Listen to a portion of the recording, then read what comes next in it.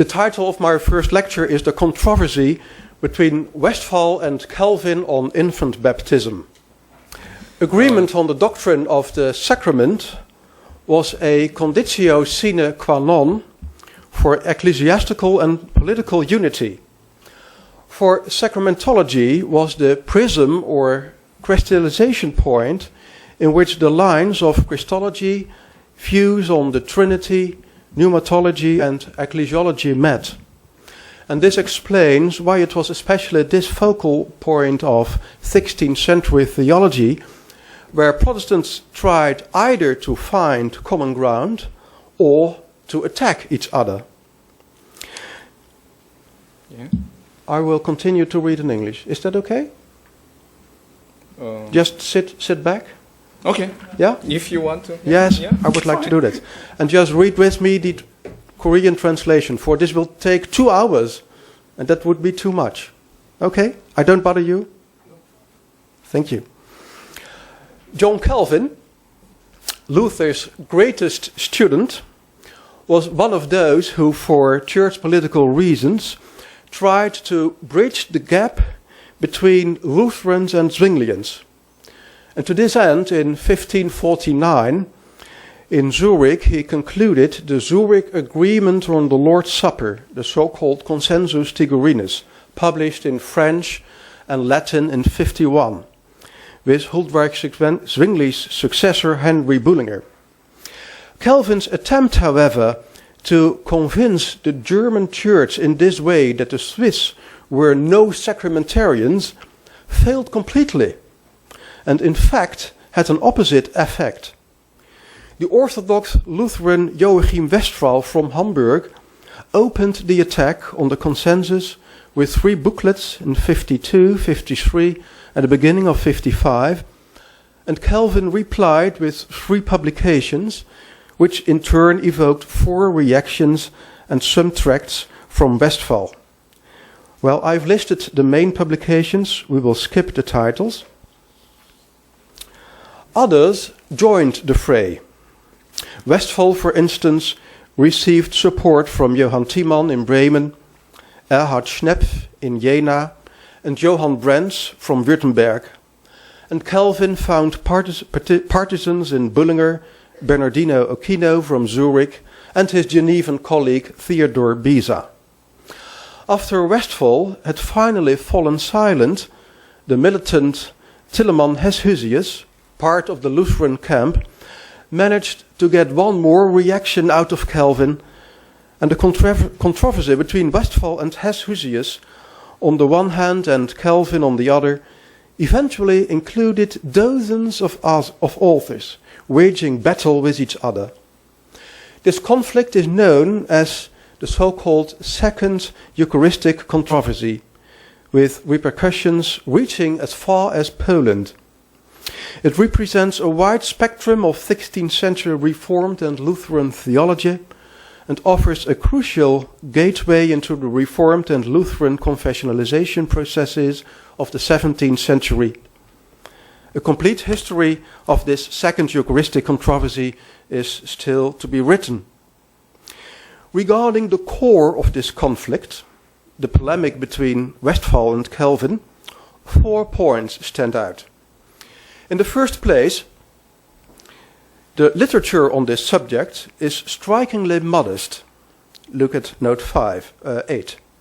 Its extent is in inverse proportion to that of the polemic itself, thousands of pages. Secondly, the major part of this literature suffers from a confessional bias. The order in which the names of both polemists are given in the titles of the contributions already shows whether one has to do with a study from a Lutheran perspective, literature is then entitled Westphal and Calvin, or, which is more often the case, with studies from a Reformed perspective, titled Calvin and Westphal. Incidentally, it is suggestive that in the more recent literature on Eucharistic controversy discussed here, Calvin receives more attention than Westphal, although the latter opened and concluded the hostilities and devoted the most pages to it. Thirdly, and here too Calvin's prominent place is remarkable, Westhuizen's and Heshusius' writings have until now never been translated or republished, whereas already in the 16th century a French translation appeared of Calvin's side of the polemics, which were carried out in Latin. A 19th century English translation has been reprinted as recently as 2002 and is available on the internet. And moreover, a modern critical edition of Calvin's polemic with the Lutherans is in preparation. And finally, what has more or less disappeared from view is the fact that Westphal, in his paper war with Calvin, denounced not only the latter's Eucharistic theology, for which he is famous, but also attacked the reformed abolition of the extreme unction, of the private absolution, and of the church year and its pericope roster. He attacked also the reformed numbering of the Decalogue, and especially Calvin's view on infant baptism. And my contribution this afternoon aims at briefly highlighting this last issue and offers a survey of and a commentary on the various positions. My second section, Westphal's position. Westphal's and to a lesser extent Calvin's views on baptism are capsules in which their sacramentology and Eucharistic theology are offered in concentrated form. In the debate analyzed here, both argued a fortiori from sacramentology. Calvin could ask, what forbids the application of this to baptism? And Westphal's main concern is in his Philippics against Calvin's Consensus Tigurinus was to maintain the objectivity of the gift of the sacrament. And this placed him in the line of Martin Luther, who did want to feel and probe or grasp Christ with the tongue, and who spoke of divine water, in order not to have to miss the consolation of God's real presence. Luther, who at the same time justly noted that with Zwingli the sacraments lacked any gift character. Westphal saw sacramental objectivity as implied in the connection between sacrament and promise, and he feared, not without ground, I must say, an evaporation or an emptying of the sacramental gift, because Bullinger and Calvin in the Consensus seemed to attach more importance to word and especially to faith than to the elements and to the sacraments and to the administering of it. In Article 19 of the Consensus Tigurinus, for instance, they declared that outside the sacrament too, the faithful may receive the reality figured there in the sacrament. I will skip a paragraph and continue with Westphal thought he could point to several places where Calvin considered baptism and its administration to be subordinate to the attendant promise and the belief in that promise. The first of these instances was the Reformed practice in Geneva not to baptize dying infants. To Westphal, this was a denial of the regenerative and salutary power of the sacrament of baptism. Baptism, which in Lutheran eyes was necessary for salvation and effected rebirth. Westphal saw this against the background of Calvin's conviction that the children of the faithful participate already in salvation and are members of the church. Although Calvin did profess to believe that the sacraments are instruments by which we are planted into the body of Christ, in reality he proved to attach more weight to an invisible assimilation before the beginning of time, of which baptism was only the visible testimony and explanation, in an apparently dualist depreciation of the purely external, according to Westphal. Secondly, Westphal also detected a depreciation of the baptismal sacrament, and in particular a subjectivization of the baptismal gift, in analogy with an un-Lutheran emphasis on the role of faith to ensure the efficacy of the celebration of the Lord's Supper. I will read this sentence twice, for this is too condensed. Westphal also detected a depreciation of the baptismal sacrament and a subjectivization of the baptismal gift in the stipulation in the Consensus Tigurinus, Article 20, that the use of the sacramental gift is not limited to the moment of its reception, as if the visible sign at that very moment confers God's grace. And finally, Westphal considered it to be a contempt of the sacrament that Calvin, as he saw it, made the effectiveness of the baptism dependent on the eternal election. True enough, the consensus stated that God worked through the sacraments only in the elected, and that the sacramental gift only applies to the electee, the elected people, something which Calvin repeated in his 55 defense, quote, "Sacraments are instruments by which God works effectively in his chosen." Westphal, on the other hand, emphasized again in no uncertain terms and with reference to Augustine the inextricable bond within the sacrament between word or promise and element, plus the instrumentality of the two as ordained by God. And at the same time, he distanced himself from the allegedly Lutheran deification of creation. Calvin always said to the Lutherans, "Well, you are adoring the bread, and that is a deification of creation. You should adore God." Section 3.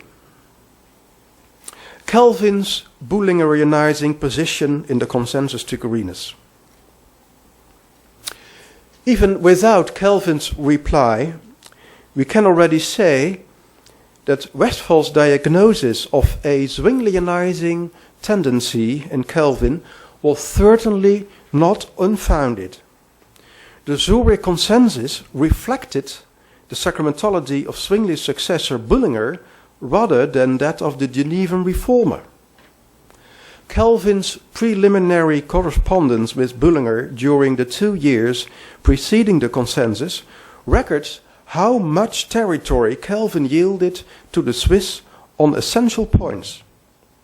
Es ist die Geschichte des Zurückweichens Calvins, a quote from Neuser. It is the story of Calvin's retreat.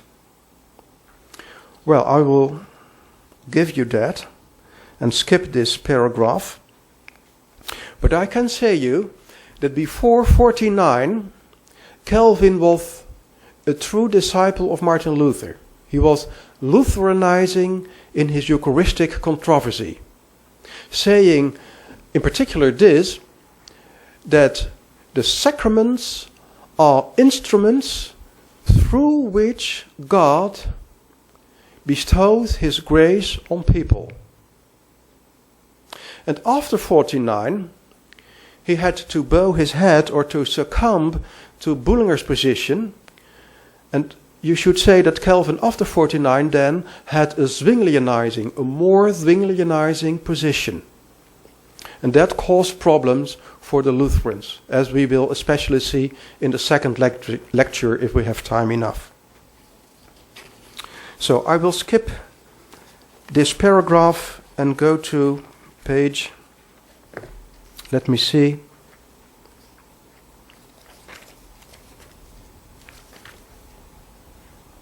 page 13, the English text, line 18. Page 13, line 18.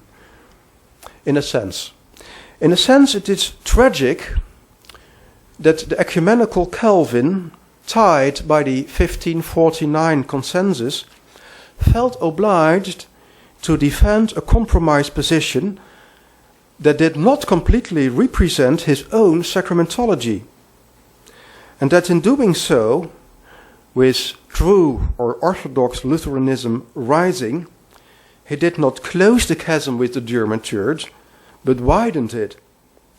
For the Genevan reformers shared the Lutheran appreciation of the sacraments, as I just told you, loathing and rejecting the Zwinglian evacuation of the sacramental signs. As you know, Zwingli did not receive any gift in the sacrament. He was only experiencing brotherly and sisterly love in a horizontal sense. There was no union with Christ, only a commemoration of the sacrifice of Christ at Golgotha. There was no relation with the living Christ. And they call that the evacuation or evaporation of the sacraments. During the negotiations that led to the consensus, Calvin was openly suspected of Lutheranism. Undoubtedly, Calvin could agree wholeheartedly with Westphal's powerful argument in the Justa Defensio on the effective instrumentality of the sacraments by the power of God's command. And in part, Calvin actually did, albeit with the rather childish remark, quite common in polemics, that Westphal surely must have copied that passage from his Genevan opponent. In the draft of his reply to Westphal, Calvin had tried to accommodate scholars who agree with us, Lutherans around Philip Melanchthon, citing Luther in countless quotations. Under pressure from Zurich, Calvin was forced to revise, even though he managed to remain closer to his initial position in his Defensio, published privately, than in the consensus. Paragraph or section 4.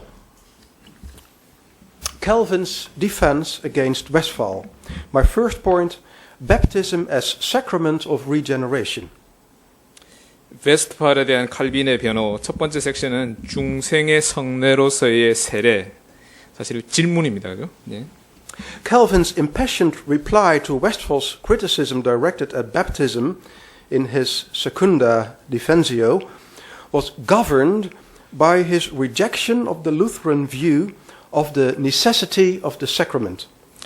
두 번째 변호에 나타난 세례에 관한 웨스트팔의 비판에 대한 칼빈의 열정적인 답변은 성례의 필요성에 관한 루터란적 견해에 대한 부인에 의해서 지배되었다. What was questioned was not the importance of infant baptism, but its necessity for salvation, and by extension the necessity of emergency baptism. 질문이 된 것은 유아 세례의 중요성에 관한 것이 아니라 구원에 있어서 유아 세례의 필요성과 그 연장선상에서 응급 세례에 관한 것이었다. The question whether baptism was necessary for salvation was determined by the Reformers' view on baptism as so-called sacramentum regenerationis, a sacrament of regeneration. 세례가 구원에 필수적인가에 관한 질문은 개혁자들의 중생의 성례로서의 세례에 관한 견해에 의해서 결정되었다. The question between us, between Westphal and me, Calvin said about Westphal, turns on infants. He contends that by baptism they become members of Christ and heirs of life.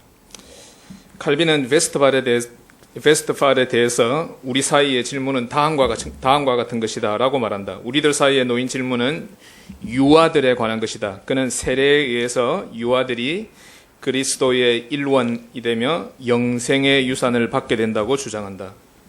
For you should know that for Augustine, for the Lutherans and the Tridentine Council, the grace of regeneration was linked to the sacrament and eventually implied it. For Calvin, this was out of the question.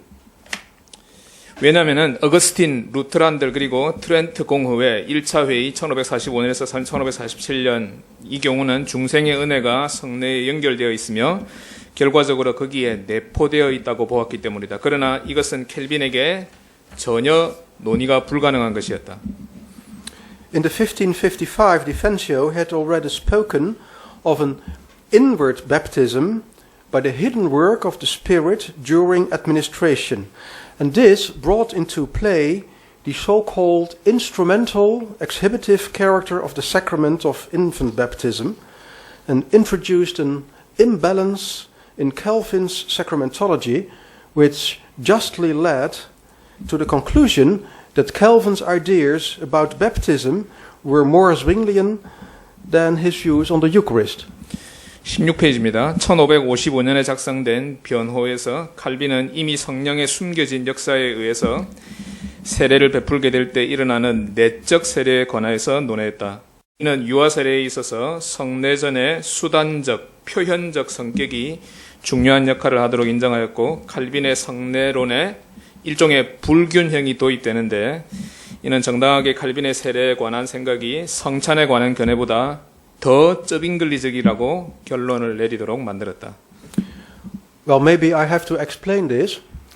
For Calvin, the Eucharist was an instrument, as I said, through which God gives His grace to His people.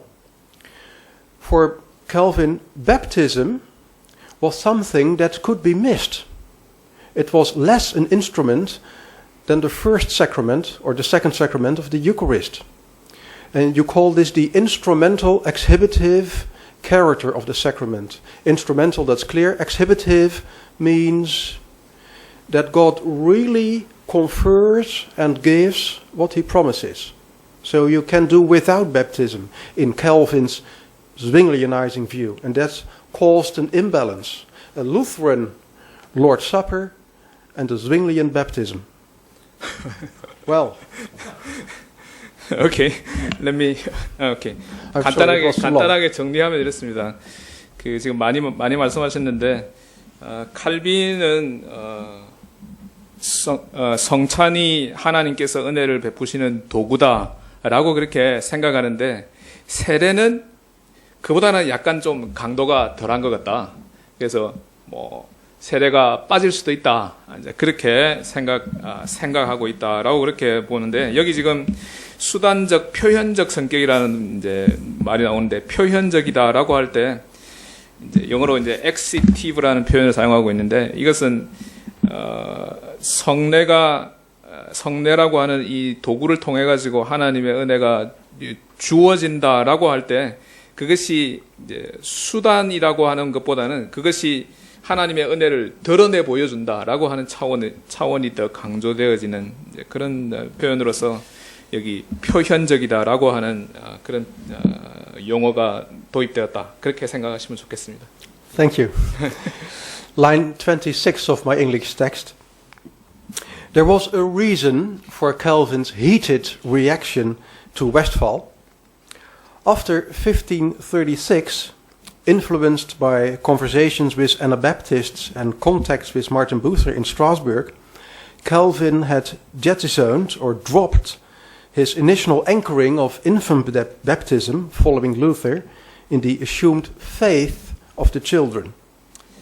칼빈이 베스트발에 대해서 열정적으로 반응하였던 이유가 있었다. 1536년 이후에 칼빈이 제세례파와 스트라스부르크에서 마틴 부서와의 접촉에 의해서 이 사람들에 의해서 영향을 받게 되자 유아의 가상적 신앙에 근거해서 가상적 신앙에 관하여, 그리고 유아 세례에 관한 자신의 초기 견해, 원래는 루터를 따르고 있었는데 이제 그것을 저버리게 되었다라고 하는 것입니다.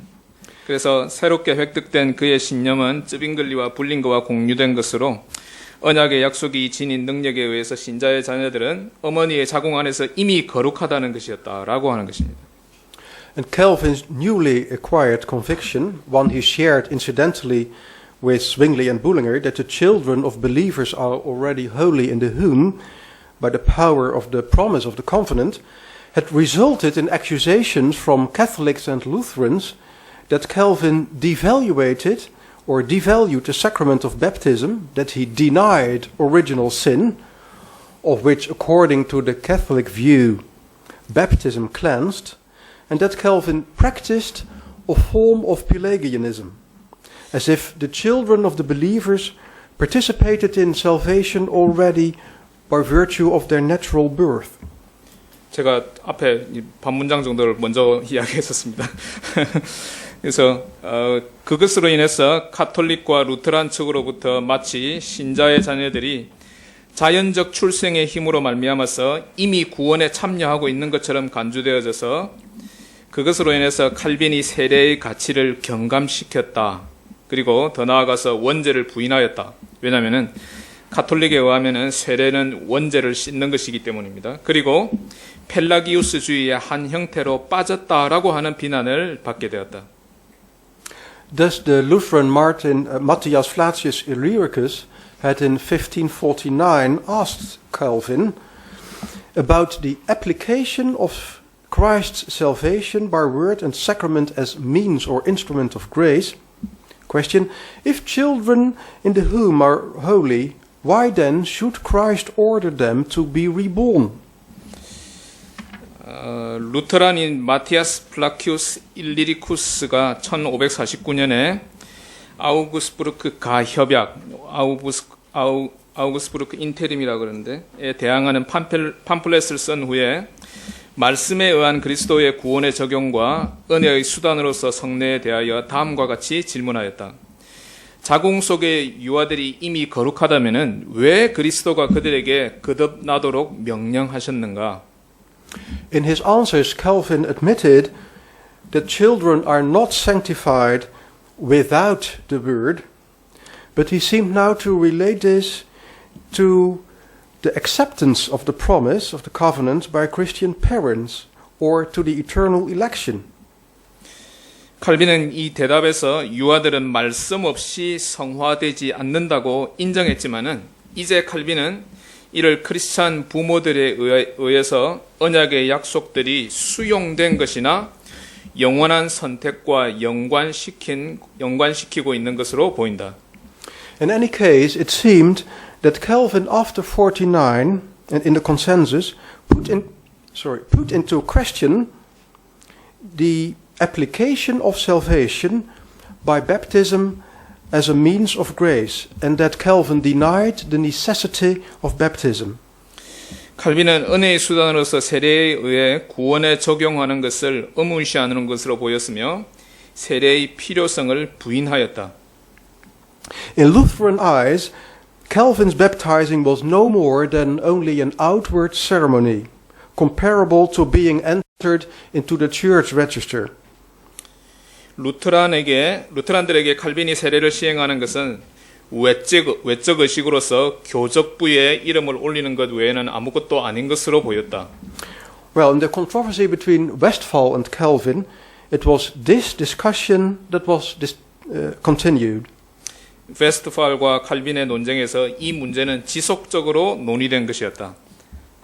To Calvin, Westphal's defense of the necessity of baptism for salvation represented a reprehensible Catholic veneration of the sacraments, a superstitious overvaluing of the baptismal water as the causa of salvation at the cost of God's promise of the covenant, to which it was added as a sign and an instrument. 웨스트팔의 세례의 필요성에 관한 변호는 칼빈에게 가톨릭의 가정스러운 우상 숭배와 하나님의 언약의 약속을 대가로 세례수, baptismal water를 미신적으로 과대평가하는 것이었고 거기에 표식과 수단이 첨가된 것이었다.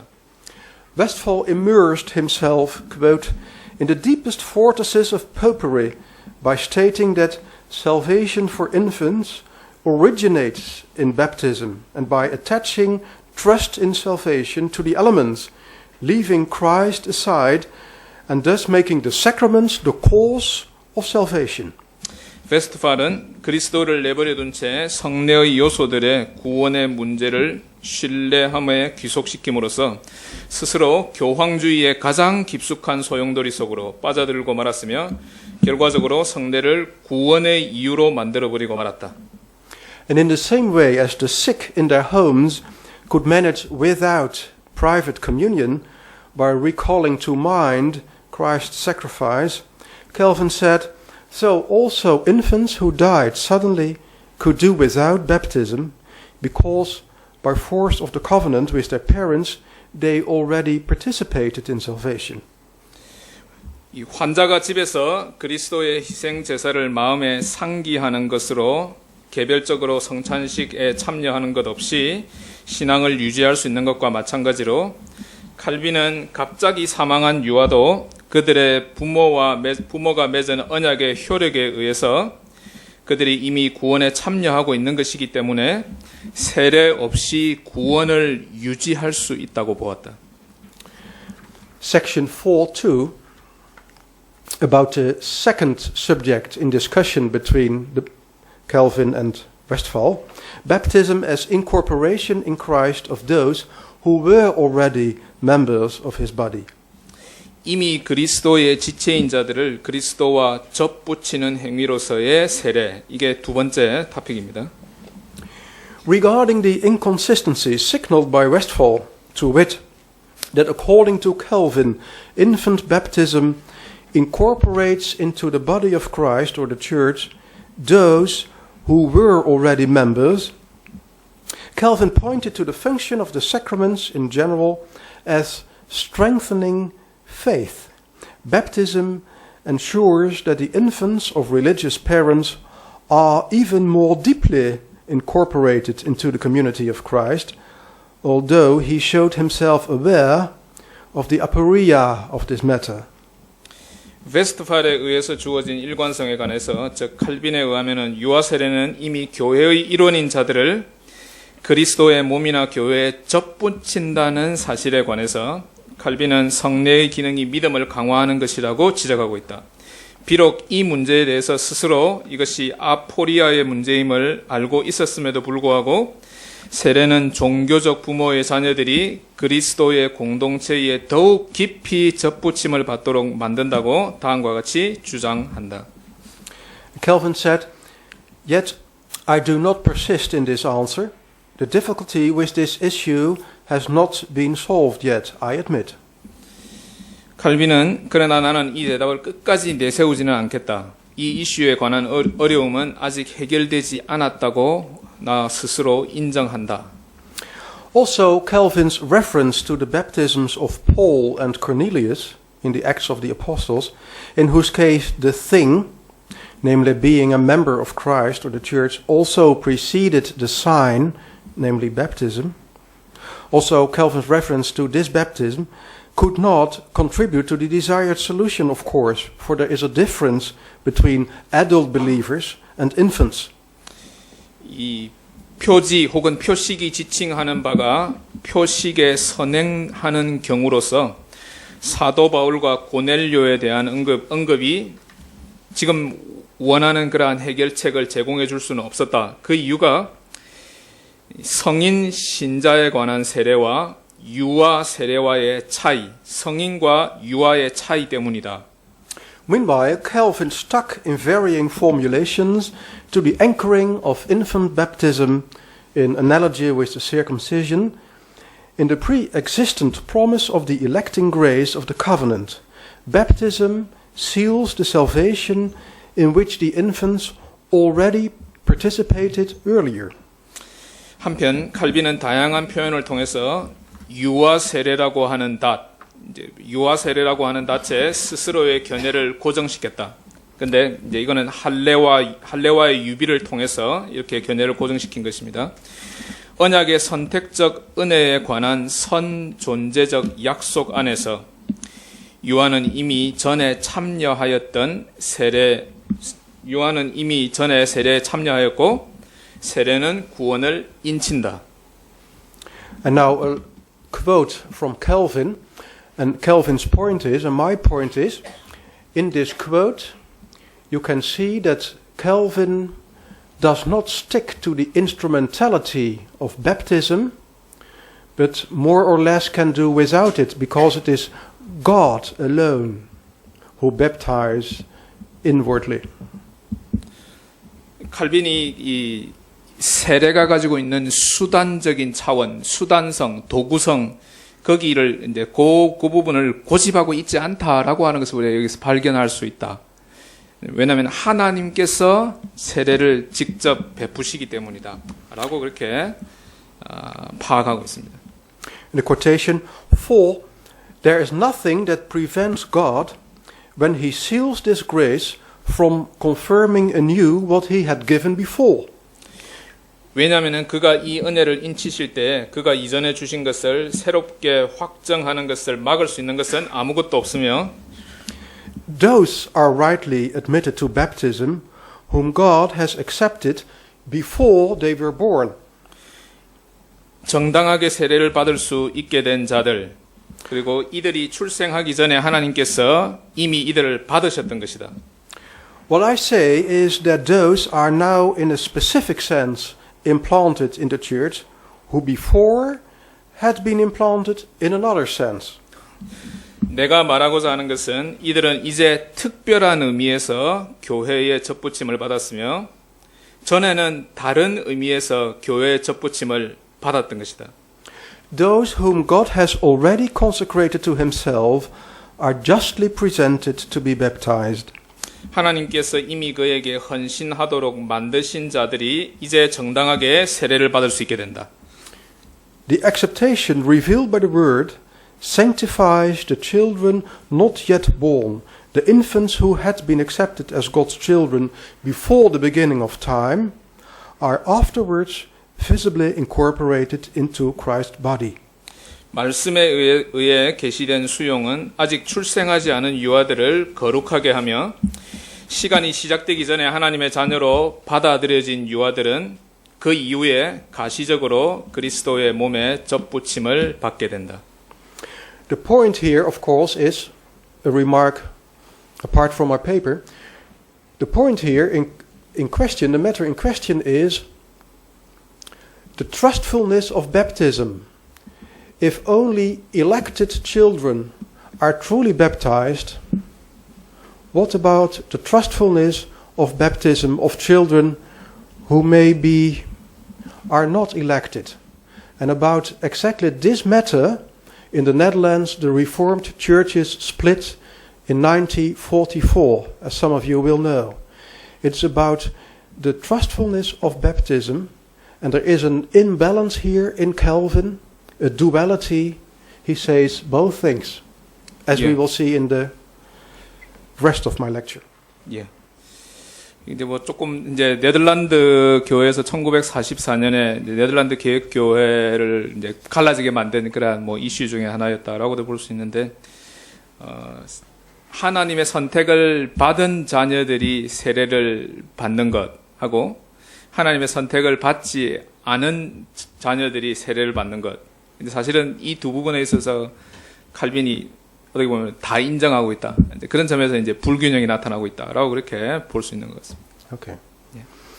As official recognition on God's part as the true and efficacious seal of the promise and as pledge of the Holy Communion with Christ, baptism justly functioned as entry and reception into the church, and as such was more than an official statement before human beings, as Westphal sneered.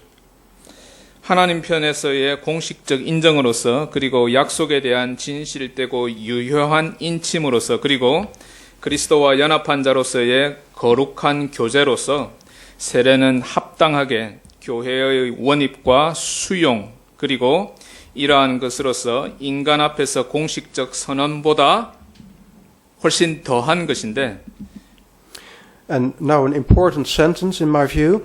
In this way, Calvin wanted to honor God's faithfulness to his promise and also his autonomy vis-à-vis the sacrament of baptism, whilst at the same time excluding any Lutheran sacramental causality.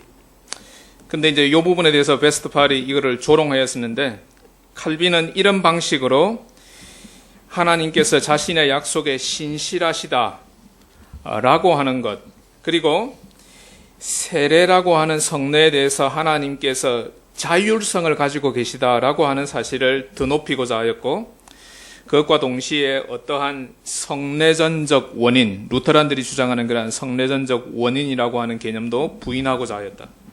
In his negotiations with Bullinger preceding the consensus Tigurinus, Calvin had initially stated, conform his Lutheran views on the Lord's Supper, quote, those who receive baptism at the same time, simul in Latin, receive the forgiveness of sins. 취리히 협정에 앞서 있었던 불링과의 협상에서 칼빈은 처음에 자신의 견해를 자기가 가지고 있는 루터란적 주의 만찬 견해에 맞추겠다라고 그렇게 주장했다. Bullinger, however, thought that the word simul at the same time could be interpreted as if grace is linked to the sacraments, and as soon as one is baptized, one's sins are forgiven. 세례를 받는 자들은 동시에 시무 죄 용서함을 받는다. 이제 이게 칼빈이 주장하는 바인데 불링거는 이것을 해석함에 있어서 시무 동시에라고 하는 단어가 은혜가 성례전에 연결되어 있는 것처럼 그리고 세례를 받자마자 그 세례 후에 그의 죄가 사해진다를 뜻하는 것으로 이해하였다. Although Calvin explained that in his view the remittance of sin was not caused by baptism but by Christ's blood, he nevertheless felt it necessary to heed or to accept his colleague's remark, and in order to ward off any causal Lutheranizing interpretation, replaced in the consensus the word simul by similiter, analogously, a word that served as an assurance we will fully possess the matter signified, as sure as we see the sign with our eyes. 비록 자신의 견해에 죄 용서가 세례가 아니라 그리스도의 피에 의해서 주어지는 것으로 설명하였지만은 그는 여전히 그의 동료의 주장, 그러니까 베스트팔의 주장에 관심을 기울이는 것이 필요하다고 느꼈으며 성례전의 원인적 해석과 루테란적 해석을 감시하기 위해서 시무를 시밀리테로 유비적이라고 하는 단어로 대체하였다. 예, 죄송합니다. 예. And here you see a kind of rationalism. The Lutheranizing Calvin said, through baptism, a child receives the grace of God. Now, he said, it is something set before our eyes, and when you think about it, as sure as we see the sign, God has given his grace. That's something else than baptism as an instrument. 이제 칼빈에게 이런 이제 합리적인 차원, 합리주의적인 차원이 있다라고 그렇게 말할 수 있는데 그게 뭔가 하니까 이제 세례가 주어지게 되면은 사람들이 그것을 눈으로 확인하는 순간에 하나님께서 은혜를 주시는구나. 그것을 확인할 수 있다라고 하는 것입니다. And maybe you think that I'm criticizing Calvin. Who am I? He had a good reason for that, as we will see. 여러분들이 아마 제가 칼빈을 지금 비판하고 있는 것이다라고 그렇게 생각하실지도 모르겠는데 거기에는 이유가 있습니다. Last sentence of this section. With this, Calvin did in fact on the subject of baptism yield to Bullinger's sacramental views, which only recognized an analogous or parallel relation between sign and the thing signified. With analogous and parallel, I mean, just as the water is dripping on the head of the child, so God's grace is dropping into the life of a child. In a parallel way or analogously, but not in an instrumental way. You could miss the sacrament. 이 표현으로 인해 맨 마지막 문장입니다. 이 표현으로 인해 세례라는 주제에 관한 한 칼빈은 표식과 상징되는 실체 사이에 유비적 또는 평행적 관계만을 인정하는 불링거의 성례론에 사실상 스스로를 양보하게 된 셈이었다. 여기 이제 평행적이다, 유비적이다라고 하는 표현은 세례를 베풀면서 세례를 베풀 때 이렇게 세례수가 떨어지는 이제 그 순간에 세례수가 떨어지는 그 순간에 사실은 하나님의 은혜가 지금 임하고 있는 것이다. 이제 그것을 사실은 세례수가 떨어지는 것하고 하나님의 은혜가 임하는 것이 평행적인 관계에 있다라고 그렇게 칼빈이 불린거적인 입장을 취하게 되었다라고 하는 것을 설명해 주셨습니다. Section 4.3. The temporary ineffectiveness of baptism. 세례의 일시적 비효율성. Calvin took the same route when he tried to refute Westphal's accusation that he diluted the effect of baptism as sacrament of regeneration by stating, as Westphal put it, that baptism is temporarily without effect, but eventually proves effective, and by making the effect of baptism dependent on predestination. 그가 중생의 성례로서의 세례의 효과를 반감시켰다는 웨스트팔의 비판에 대해서 칼빈은 같은 방법을 택하여서 세례가 일시적으로 효과가 없다 하더라도 결국은 그 효력이 나타나게 된다고 주장했는데 그 이유는 세례의 효과를 예정에 의존적으로 만드는 것이었기 때문이다. Regarding the first point, both opponents saw themselves confronted with the reality that some baptized persons, when adults, did not show any sign of an actual rebirth. 첫 번째 포인트에 관해서 웨스트팔과 칼빈 두 사람은 모두 자신들이 어떤 세례받은 자들이 실제적 중생에 관한 어떤 표식도 보여주지 못하는 현실에 의해서 도전받게 되었다. To Westphal, this did not necessarily imply that this fact made their baptism useless or ineffective. 웨스트팔에게 이것이 그들의 세례를 소용없도록 만들거나 무효화하는 것을 반드시 암시하는 것은 아니었다. Rather, its effect remained invisible for the time being. With Augustine, Westphal pointed to the gradual realization of the regenerative power of baptism. 오히려 그 효과는 일시적으로 비가시적인 것으로 머물러 있게 되었다. 어거스틴과 더불어서 웨스트팔은 세례가 지닌 중생시키는 능력에 대해서 그것에 대한 점차적인 인식에 관해서 지적하였다. While Calvin here muddled the discussion by distorting Westphal's position, he made the Lutherans say that the unconverted are always truly reborn and sanctified in baptism, what Westphal definitely had not ever said. Calvin meanwhile pointed to the gradual putting into effect of the baptismal gift as much as did his opponent and Augustine. 여기에서 칼빈은 웨스트팔의 입장을 왜곡함으로써 토론을 흐리게 하였다. 즉 그는 루트란으로 하여금 회심하지 않은 자들이 세례를 통해 언제나 참되게 중생받고 성화될 수 있다고 주장하는 것으로 만들었다. 그의 반대자와 어거스틴이 행하였던 것처럼 서서히 세례적 선물의 그 효과를 반영하는 것으로 시작하였다. I skipped the quote. Again it became clear that the essential point for Calvin was to do justice to God's liberty. That's what it was all about for Calvin, to do justice to God's liberty, who is not linked or bound to the sacrament. 인용문 건너뛰어서 96번 노트 건너뛰어서 다시 칼빈에게 분명한 핵심 사항은 하나님의 자유를 정당화하는 것이었다. 그러니까 하나님께서 세례라고 하는 이러한 표식에 얽매이지 않는다. 거기에 대해서 자유롭다라고 하는 것을 주장하는 것이 칼빈의 포인트였다라고 하는 것입니다. I quote Calvin, and the italics are mine. Whenever God pleases, God fulfills and realizes in an instantaneous effect what he prefigures in the sacrament. However, we should not impose a fictitious necessity here, as if to prevent that his grace sometimes precedes, sometimes follows the use of the sign.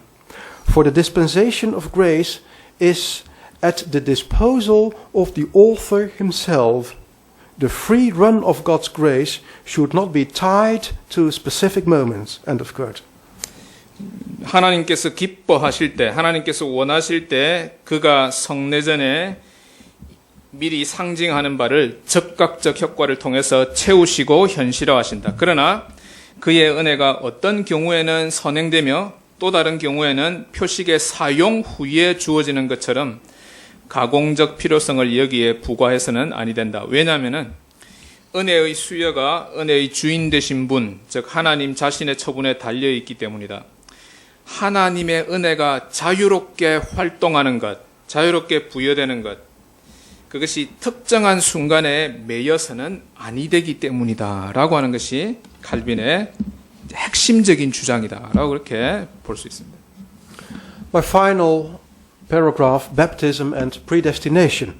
마지막 4의 4, 세례와 예정입니다. To Calvin, however, this liberty of God's grace eventually proved to be primarily his liberty regarding the eternal election.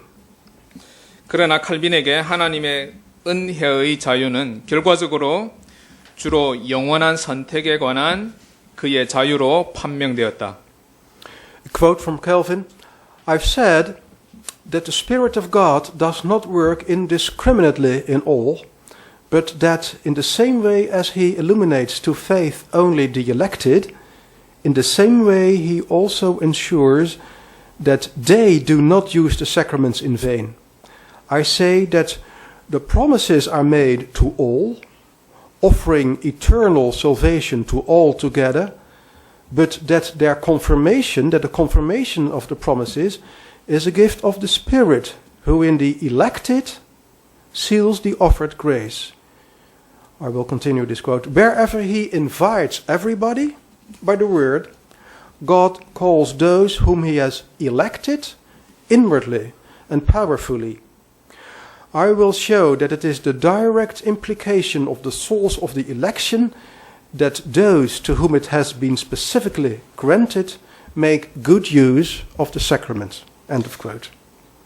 하나님의 영은 모든 사람들에게 차별 없이 역사하시지만 이와 똑같은 방식으로 그는 선택함을 받은 자들에게만 믿음을 조명하시며 이와 똑같은 방식으로 그는 그들이 성례전을 헛되이 사용하지 않도록 확실하게 만드신다고 나는 말했다. 모든 사람에게 영원한 구원을 제공하면서 약속은 모든 사람에게 주어지지만 그 확정은 택자에게 부여된 은혜를 인치시는 성령의 선물에 해당된다.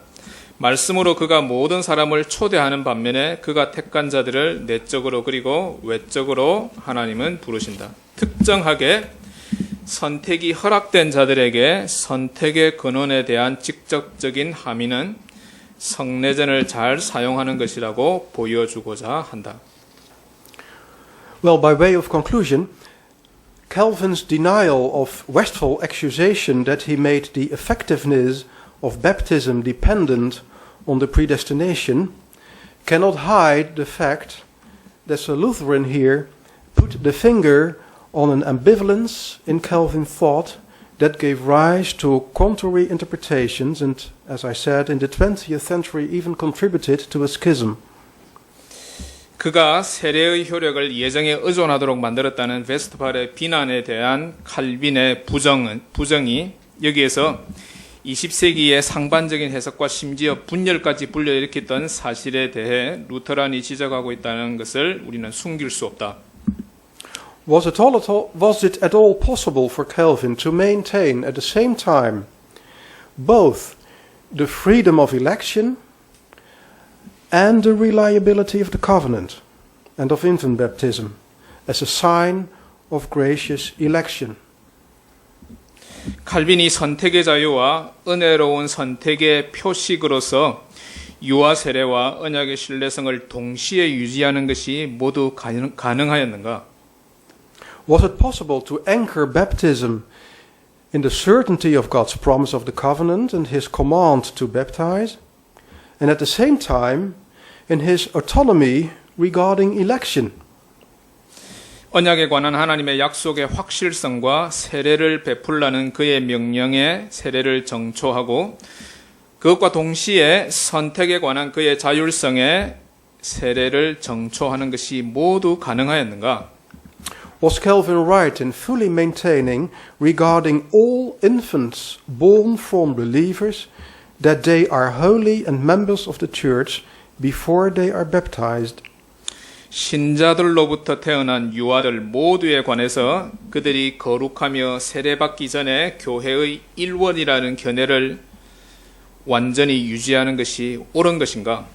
So the matter is, I'm a believing parent. My child is baptized, is holy and a member of the church before being baptized. Otherwise, only the true elected children are truly and inwardly baptized. And that causes a problem for a father and a mother, as you will understand. 나한테 이제 자녀가 있는데 그 자녀가 세례를 받은 것하고 그래서 뭐 거룩해지고 교회의 일원이 된 것, 그것하고 그 다음에 내가 아니라 진정으로 택함을 받은 사람들의 자녀들만 세례를 하나님의 자녀로서 세례를 받는다라고 하는 것하고 그것을 뭐 동시에 유지하는 것, 그게 진짜 가능한가라고 하는 것, 그것이 질문입니다. Calvin's invoking a rule from classical logic that, quote, it's from Aristotle, that propositions that are subordinated to one another cannot be contrary to each other, so that a seal set by the Spirit as the first and more inward seal by means of the election does not cancel an inferior sealing of grace by the sacraments. So his invoking a rule of classical logic does not alter the fact that his view on infant baptism shows a certain tension between certainty and liberty, between objectivity of the offer of salvation and the liberty of God he has in his elective grace. 서로에게 복속된 명제들은 서로에게 상반적일 수 없다라고 하는 이제 아리스토텔레스의 고전적인 논리로부터 칼빈이 규칙을 만들었으므로 첫째이며 더 내적인 인, 실로서의 인, 선택이라는 수단을 통해서 주어진 것으로서 성령에 의해서 붙여진 인이 성례전에 의한 열등한 인을 취소하지는 않는데 그 이유는 그의 유아 세례에 관한 견해가 확실성과 자유 그리고 구원의 제공에 있어서 객관성과 하나님의 선택적 은혜에 있어서 그의 자유 사이에 어느 정도의 긴장이 존재하고 있다라고 하는 사실을 없애지는 못한다, 변화시키지는 못한다라고 하는 것입니다. So Westphal emphasized especially the objectivity of the offer. Calvin at the same time emphasized also the second, God's liberty in his election. 웨스트팔은 특히 첫째 차원, 그러니까 성례의 세례의 객관적인 차원을 강조하고 칼빈은 그것을 강조함과 동시에 둘째 차원, 하나님의 자유를 강조하고 있다. Well, all who want to judge theological views on the merit of their dogmatic or philosophical consistency will have to give their vote to Westphal. 신학적 견해를 교의학적 또는 철학적 일관성이라는 관점에서 판단하기를 원하는 모든 사람들은 웨스트팔을 지지할 것이다. However, anybody who as a historian or a church historian takes into account the changes of battlefronts and allows for the historical genesis and the specific phrasing of ideas will not feel the need to assign qualifications as consistent or not. 교회 사가로서 논쟁터의 상황 변화를 고려하고 역사적 기원과 개념의 특정한 표현을 허락하는 자는 자격을 논할 필요를 느끼지 않을 것이다.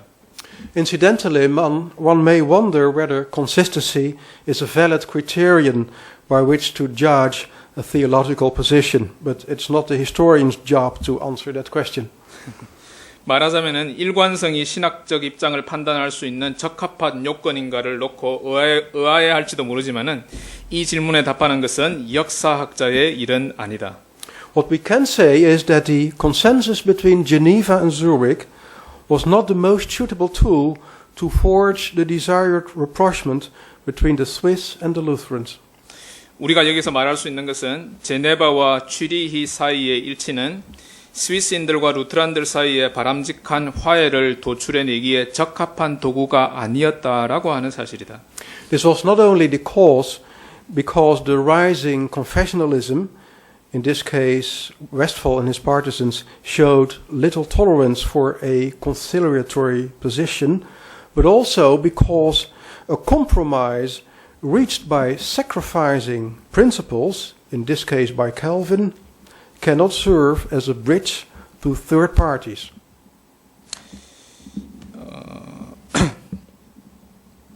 이는 이 경우에 새롭게 반론하는 신조주의 때문은 아니었으며 베스트팔과 그의 지지자들은 화해하는 위치에 대하여 그의 관용을 보여주지 않았다. 그러나 칼빈의 경우처럼 원칙을 희생하여 절충안에 이르렀다는 사실이 제3자에게 다리 역할을 할 수도 없기 때문이다. The battle into which they all allowed themselves to be drawn eventually could not fail to turn the attempt at reconciliation into its opposite. 그들 모두가 스스로를 끌어들였던 논쟁은 결과적으로 그들의 적수에게 화해를 시도하도록 순번을 넘기는 결과로 끝나고 말았다. Thank you for your attention. 감사합니다. 감사합니다.